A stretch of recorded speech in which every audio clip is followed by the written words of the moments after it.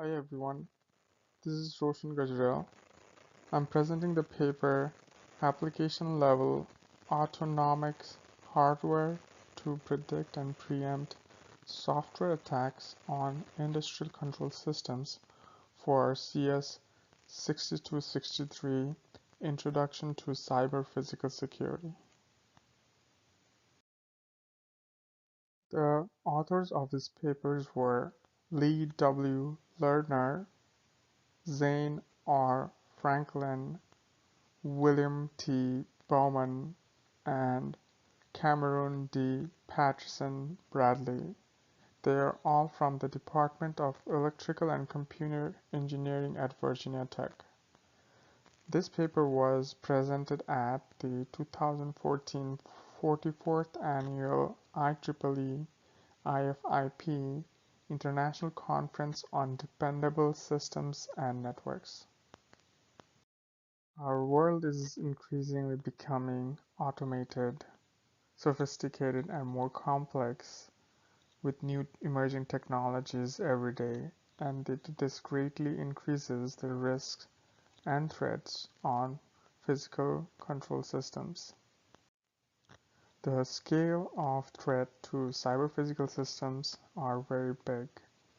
It's usually militaries, extremist groups with large resources that are trying to exploit vulnerabilities on physical control systems. The accessibility of the internet has exponentially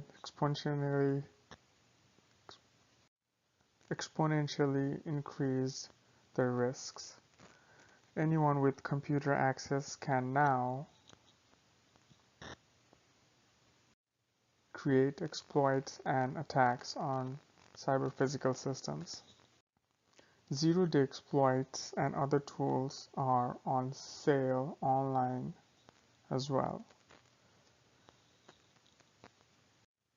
And the risk can be small as a small-scale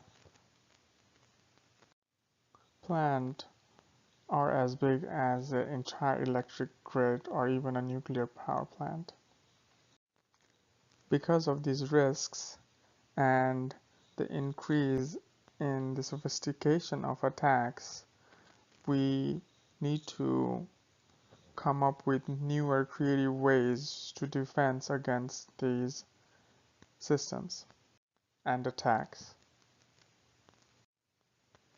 This can be achieved by using application-specific configurable hardware to monitor and possibly override software operations in real time. Currently, supervisory control and data acquisition systems are used in cyber-physical systems. These systems have network computer infrastructure with human-computer interactions as well as remote terminal units or programmable logic controllers that bridge the cyber and physical worlds. In this system, both IT infrastructure and microcontrollers are vulnerable. Insiders, manufacturers, maintenance ports, third-party code exploits, and PC updates are all points where the vulnerability may lie. Many ICS attacks focus on network protocol and supervisory platform exploits to modify commands given to PLCs. Traditional security protocols such as air gaps are not sufficient to prevent attacks, as evidenced from attacks such as Stuxnet. This table provides a comparison of different available security architectures.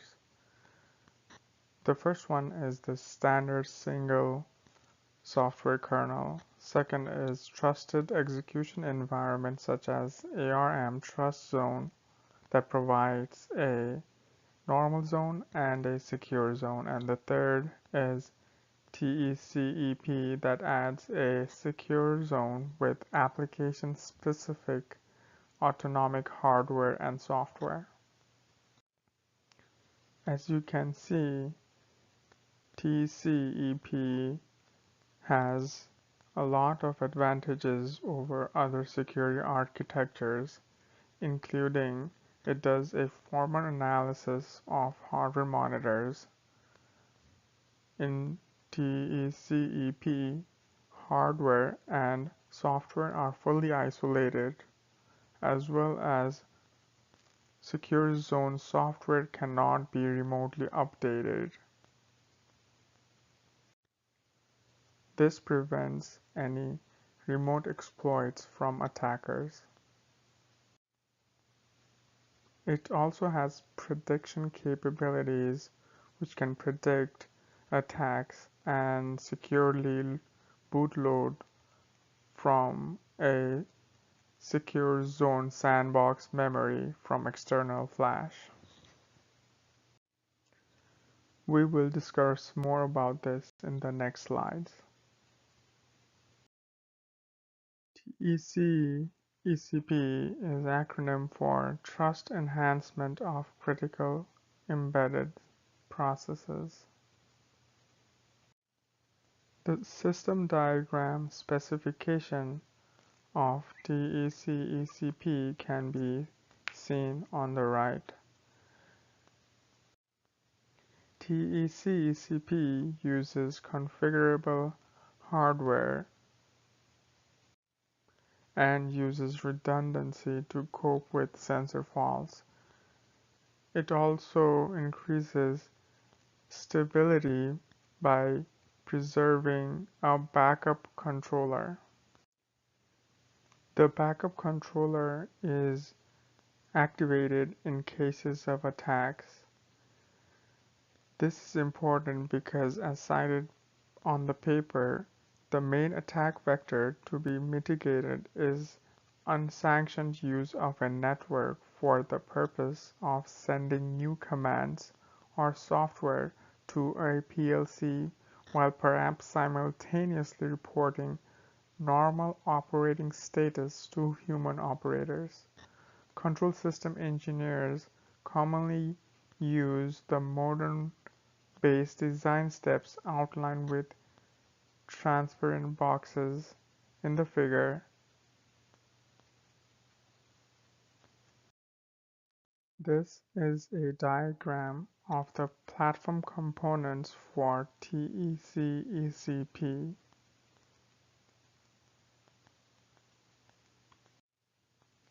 The components are production controller, hardware monitor, prediction unit, and junction box. As we can see, production controller is the processing system, which is considered a untrusted software stack. This is connected to the junction box using a AXI cable, which is a trusted box. The junction box communicates with both the hardware monitor, which is also a trusted box, and the prediction unit, which is a untrusted controller code. The physical plant is connected to the serial bus interface of the junction box. We will discuss this components in detail in the next slides. The production controller is the processing system. It currently uses ARM Cortex-A9 processor, which sends and receives data through input-output module. It houses the production code of the controller. It interacts with the programmable fabric using the AXI bus and it also uses real-time kernels such as FreeRTOS. The hardware monitor uses C code rather than a hardware description language, which allows the hardware monitor to easily integrate a stability-preserving backup controller and the plant model. It also has guard monitors that outputs of the plant model, physical plant, and the prediction unit. It is set up in such a way that the backup controller transitions can be reversed. That means if in case of attacks, if and when the backup controller is kicked off, this can be reversed back to the production controller when the situation is mitigated. The specification guard tests whether the outputs of the plant model, physical plant, and the prediction unit are within any acceptable range. If any of these values are outside the range, then it indicates an error,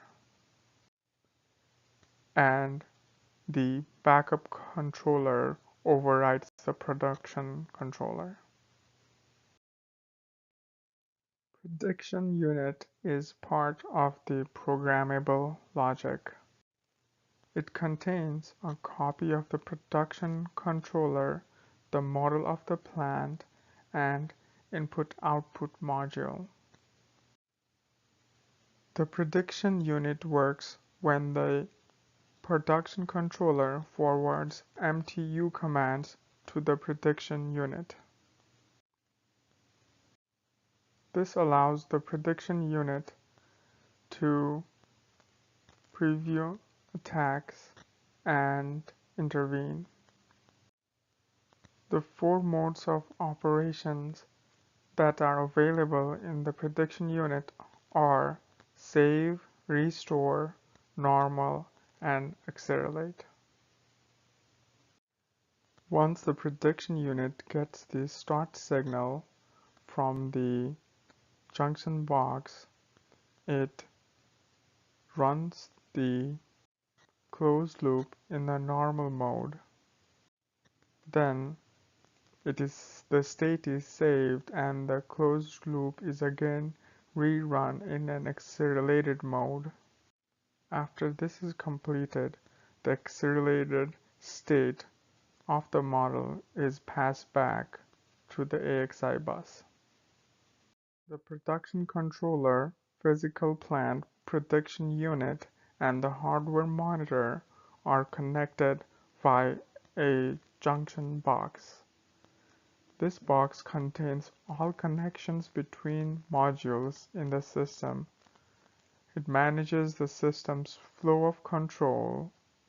It also scrutinizes all external transfers to and from the physical plant. The junction box also houses 2 watchdog timers, which monitor the response time of both the production controller and the prediction unit.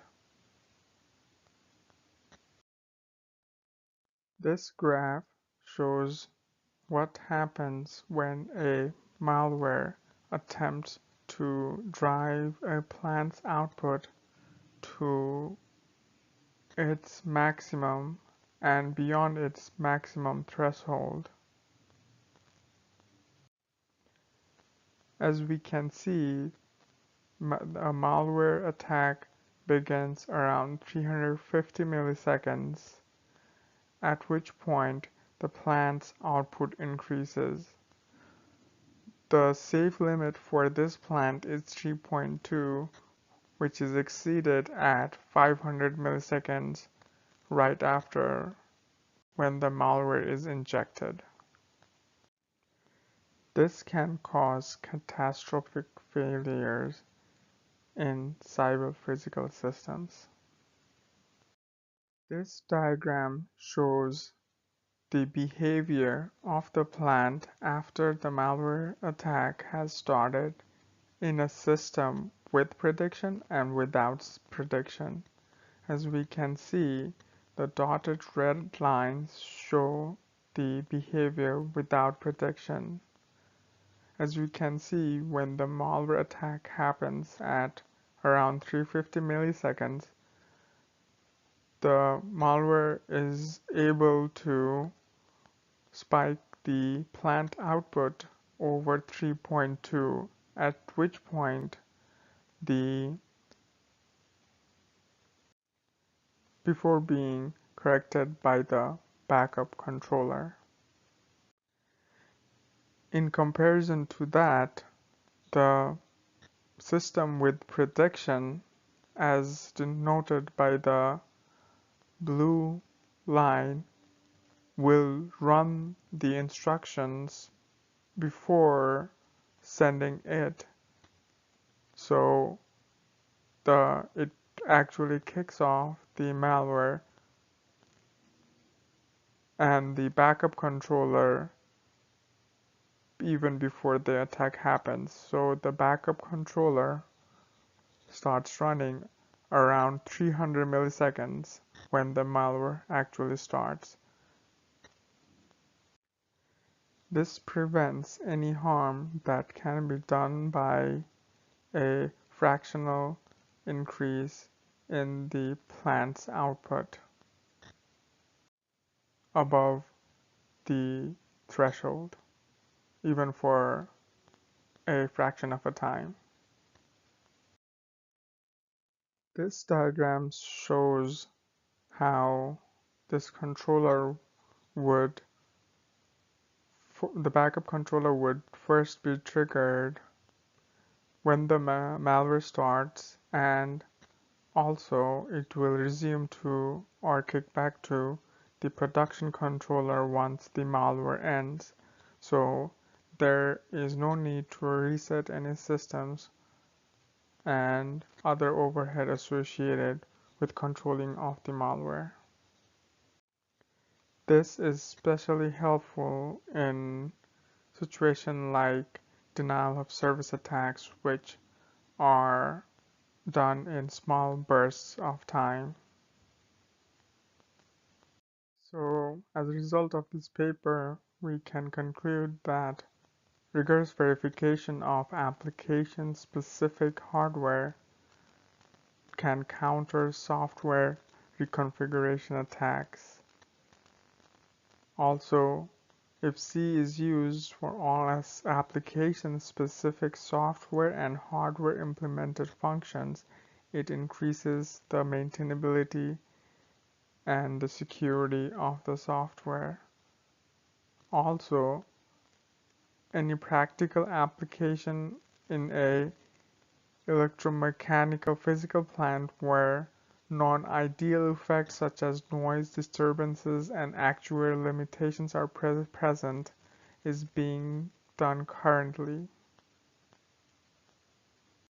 There are a few limitations to the TEC-EP systems.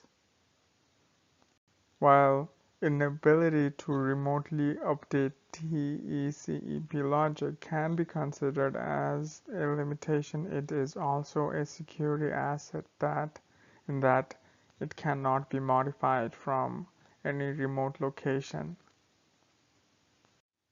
Another limitation is that prediction may be omitted if process state also depends on events outside the model. Cost can be the final limitation since this is a new system that might require new infrastructure and skill set to develop the platform and the development workflow, which can increase the complication of how these systems work.